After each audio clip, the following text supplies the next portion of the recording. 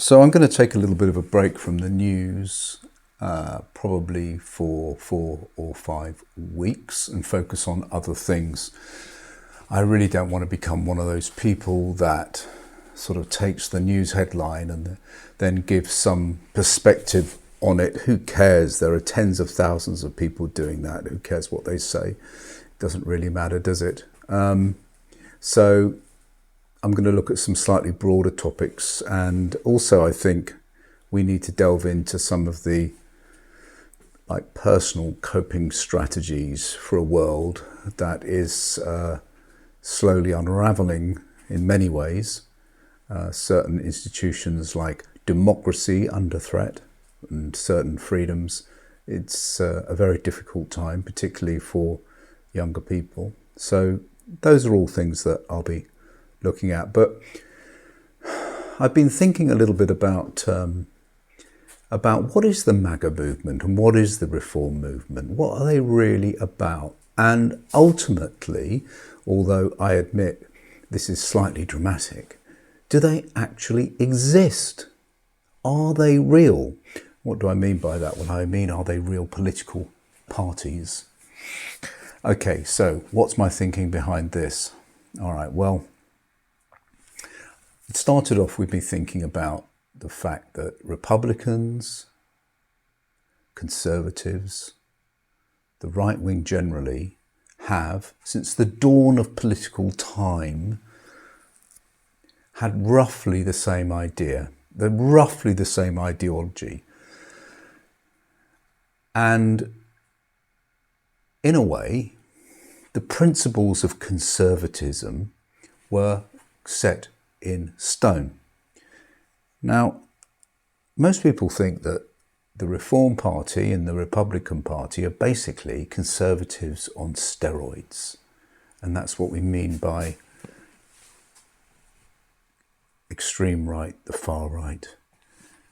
Now, neither Reform nor the Republicans would ever consider themselves as being far right parties, although last night when the New York mayor was asked a question about did he regret calling Trump a fascist interrupted the questioner and said, if he wants to call me a fascist, that's fine by me.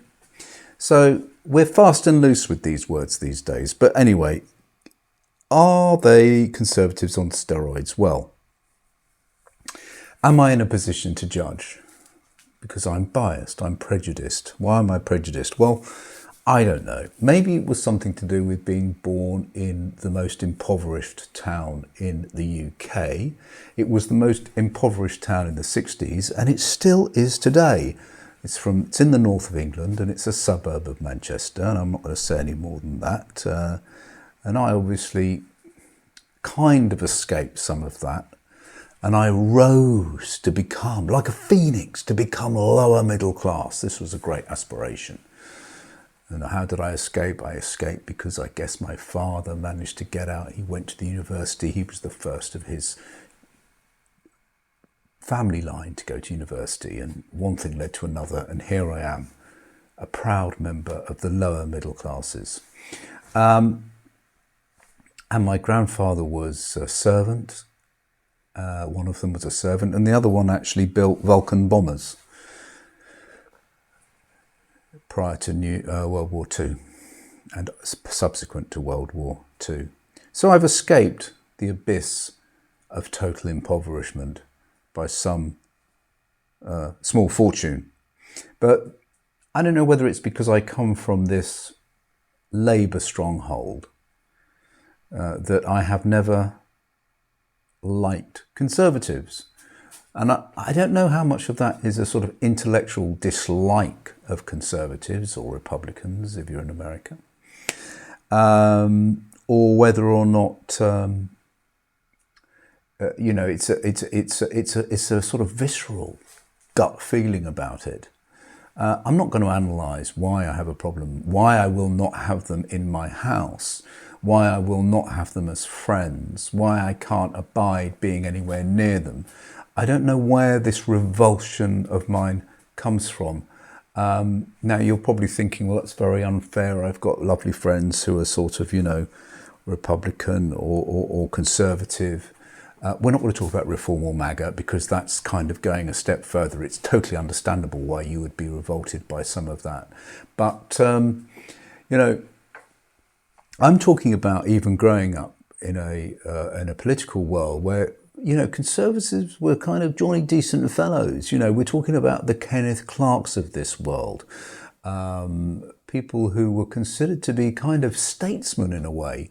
And they were very much old school Conservatives. They're not like the modern Conservatives on steroids, and they're certainly nothing to do with Reform or with Maga. Michael Heseltine, for example, you might know him, Michael Heseltine. I'm allergic to them. It's the same. It's just the way it is. I'm also allergic to Brexiteers. And I'm also allergic to Russian apologists. It's just the way I am. I don't make a big fuss about it. I don't go on the street and riot. I certainly don't leave horrible comments if I can help it. You know, I don't think I'm a troll or abusive. I just don't want them anywhere near me. I think it's something to do with the fact that I don't believe that we are all born equal, and I think that we need to be slightly equalised by a good society. You know, I don't think there's anything virtuous about coming first in the school running race. You know, because you went to lessons, or you went to a great athletic school or something, or, you know, I don't know, as opposed to somebody who comes last in the race. I don't think the person who comes last necessarily, you know, deserves to be punished. And I use that as a sporting metaphor, but of course I'm talking about in the actual world. I don't think we're all built to be sort of psychopathic leaders of business and corporate leaders. And I would like to see kind of normal, sensitive, timid people share equally in the society. So I think that that's probably at the heart of it. Anyway, I must be boring you stupid. So the question is, are Maga and Reform real, or are they Conservatives on steroids? In effect, are they a real political party? I don't believe they are. I don't think they have any political principles except one, which is fundamentally they believe in the law of the jungle. And they believe in the law of the jungle for one reason and one reason only. It's because they're already the king gorillas.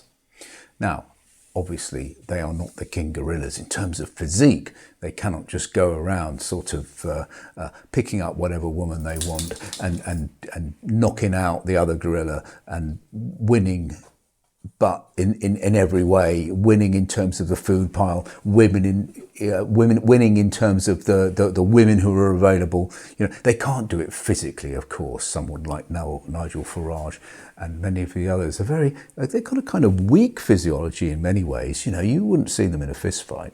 But of course, they've got power, they've got money, and that is now the passport to being the big chief. And along with the law of the jungle, they do want a kind of biblical purity.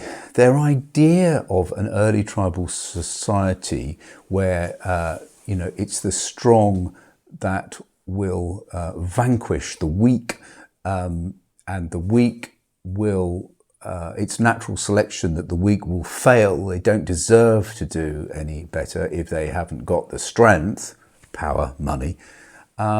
But they also have this kind of slightly puritanical streak to them, which is a little bit kind of weird, but it basically goes back to a kind of Christian values. So how are we going to think about whether Maga and Reform are actual real political parties? Well, we know that Donald Trump is a real person.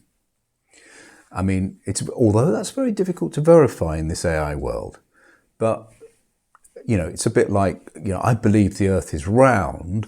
It's a spherical material object, but I cannot actually prove it. And in the same way, I cannot prove that Donald Trump and Nigel Farage actually exist.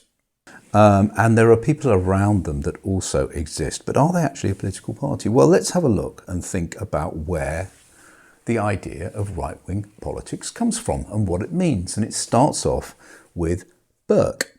And Burke was one of the first British politicians who really kind of defined what conservatism is. So, what did Burke think? Well, conserve, to preserve, and that's what Burke wanted to do. He wanted to preserve traditions. He said that traditions were there for a reason, that they had been developed over time and therefore they had value in and of themselves. So we don't change what is. Reform suggests something different, doesn't it? Reform suggests changing the shape of the political structure. And the Maga movement is extremely radical. It's radical because it is taking shortcuts on the Constitution.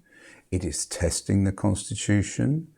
It is an authority that works through kind of executive decision-making from Trump himself, not through the democratic process. So in terms of kind of holding on to the institutions and respecting them, MAGA doesn't really correlate with conservatism at all. Burke said that if you're going to change a society, then you do it slowly, very gradually. Whereas again, MAGA, they don't really believe in a slow, gradual change. They want instant change. They want to sweep away. They want to drain the swamp completely.